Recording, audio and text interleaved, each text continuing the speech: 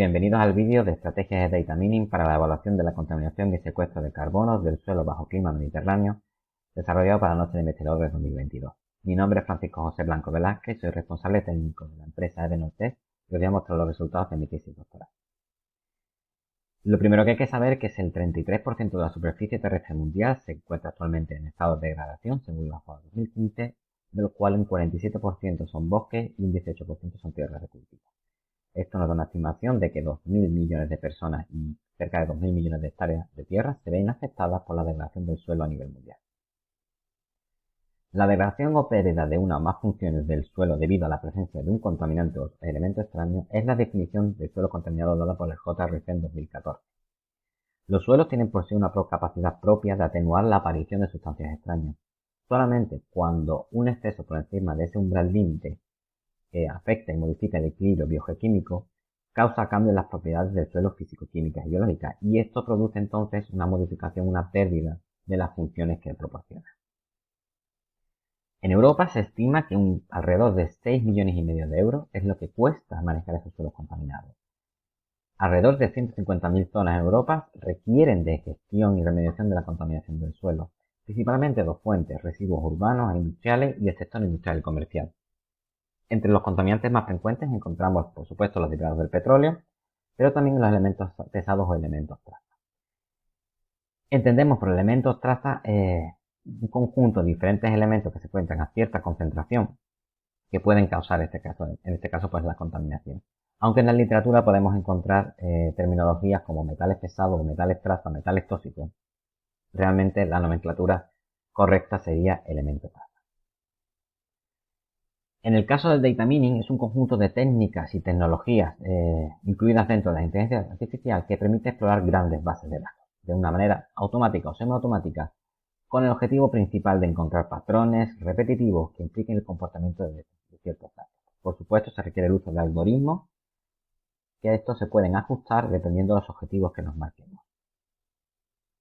El objetivo general que nos marcamos en mi tesis doctoral fue desarrollar una herramienta de ayuda a la toma de decisión para evaluar diferentes medidas de remediación para suelos contaminados por elementos traza y la provisión de servicios ecosistémicos. Para ello, nos marcamos 4 objetivos específicos. Primero, generar una base de datos de esas medidas de remediación, evaluar los servicios ecosistémicos frente a las medidas de remediación, modelizar las medidas a escala local y posteriormente hacer un escalado del modelo a nivel europeo. El caso de estudio que nosotros escogimos fue el corredor verde del Guadiamar, que se localiza en el suroeste de la península ibérica, sobre la franja pirética ibérica, una zona rica en sulfuros masivos, la mayoría empírica, con un alto historia en actividad minera y con un clima típico mediterráneo. El motivo por el que lo decimos fue que el 25 de abril de 1998, como muchos sabrán, hubo un accidente del minero, conocido el accidente minero de Narcoya, donde la balsa de lodo de la mina se rompió y vertió aguas ácidas y lodos ricos en elementos traza y con un pH bastante ácido. El impacto fue tal que se retiraron 37 toneladas de peces, 40 toneladas de anfibios, 20 toneladas de aves y 8 toneladas de mamíferos muertos. El área principalmente era suelos agrícolas y de pastoreo antes del accidente. Con el plan de recuperación, más de 20 grupos de investigación trabajaron en este área y actualmente es lo que conocemos como el corredor verde del Guadiamar. La metodología que nosotros planteamos fue identificar datos representativos del fenómeno, reservar una cantidad de datos para el control y una cantidad de datos para el modelo, para luego con el control hacer un training de los modelos. Pues desde el apartado de compilación, armonización y estandarización, compilamos más de 30 GB de datos ambientales de la red YAN grupos de investigación en diferentes compartimentos ecosistémicos, como puede ser agua, suelo, aire, vegetación, fauna, lodos y sedimentos, con cada uno con diferentes variables físico-químicas y biológicas.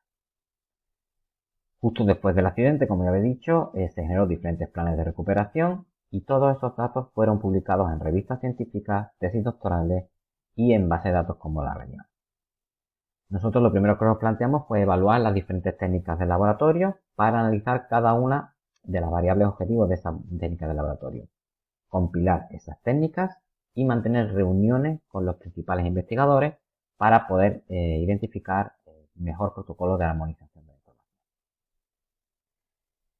También identificamos las medidas de remediación, no solamente las zonas como que solamente se quedaron como control, en la que únicamente se retiraron los lodos, sino también la localización de las enmiendas de arcilla que se aplicaron, espuma azucarera, el compost y el estiércol y, por supuesto, el plan de reforestación que se aplicó.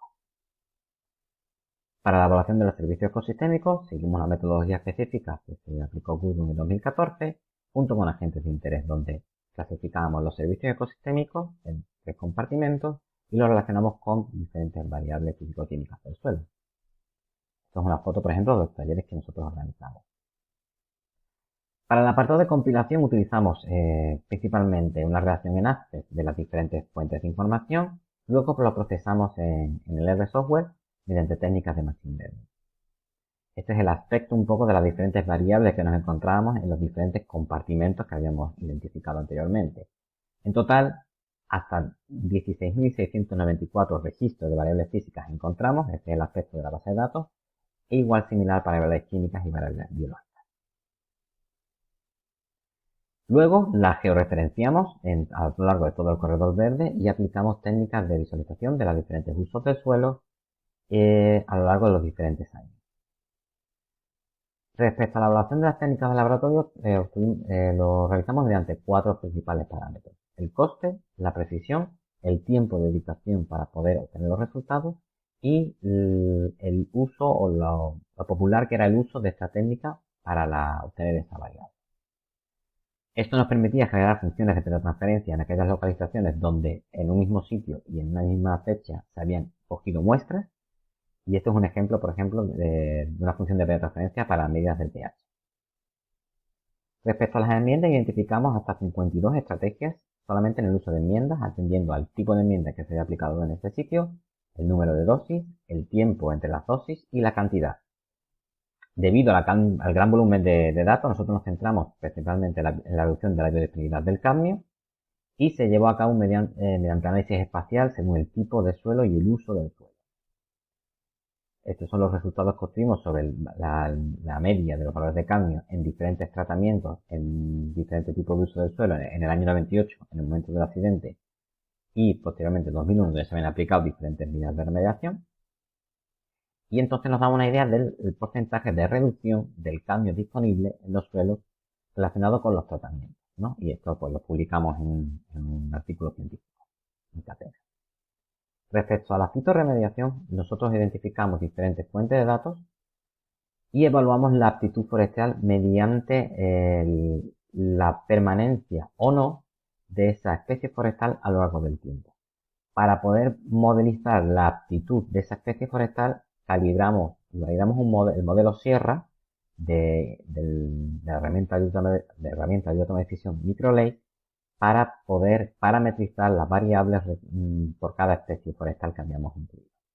Por supuesto, para analizar el secuestro de carbono en biomasa, utilizamos el inventario de sumidero de CO2 publicado por Romero en 2007 y aplicamos una reducción del 50% para determinar que el crecimiento por CO2 y el valor se debería al peso del carbono.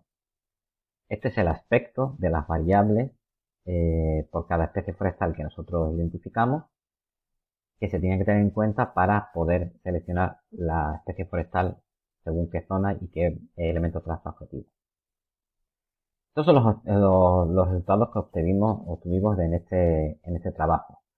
8 especies son las que estuvimos analizando: eucalipto, el pino, la encina, etc.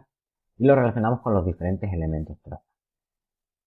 Vimos que tanto la encina como el chopo o el olivo silvestre se encuentran en todo el espectro de tolerancia de los elementos traza que teníamos, y además presentaban una buena capacidad de secuestro de carbono y de capacidad de resiliencia.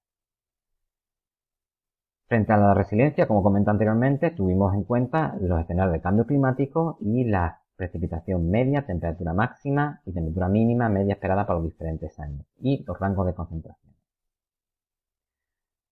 Obtuvimos los resultados que, por ejemplo, en el caso del olivo, era una especie que se adecuaba o era resiliente a los efectos del cambio climático en casi la totalidad del corredor verde, excepto en el año 2100 para la parte sur. Ya prácticamente en la parte sur muchas de las especies forestales que habíamos analizado no se iban a encontrar disponibles, por lo tanto íbamos a tener probablemente un problema de la sostenibilidad del plan de fitorremediación que se había aplicado.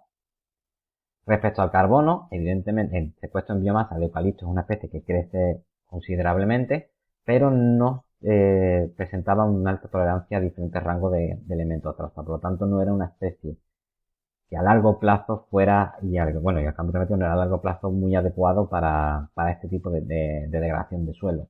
Sin embargo, el acebuche, ¿no? El olivar silvestre, era una especie que cuando ya tenía cierta madurez y crecimiento, secuestraba una cantidad moderada de carbono y además era bastante resiliente a los efectos del cambio climático.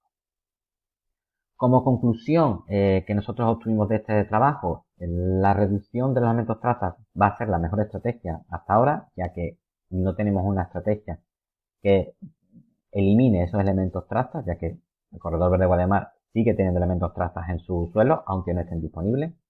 Por tanto, se debe seleccionar aquella medida de remediación teniendo en cuenta las condiciones actuales, pero también los escenarios futuros, tanto del uso del suelo como de cambio climático.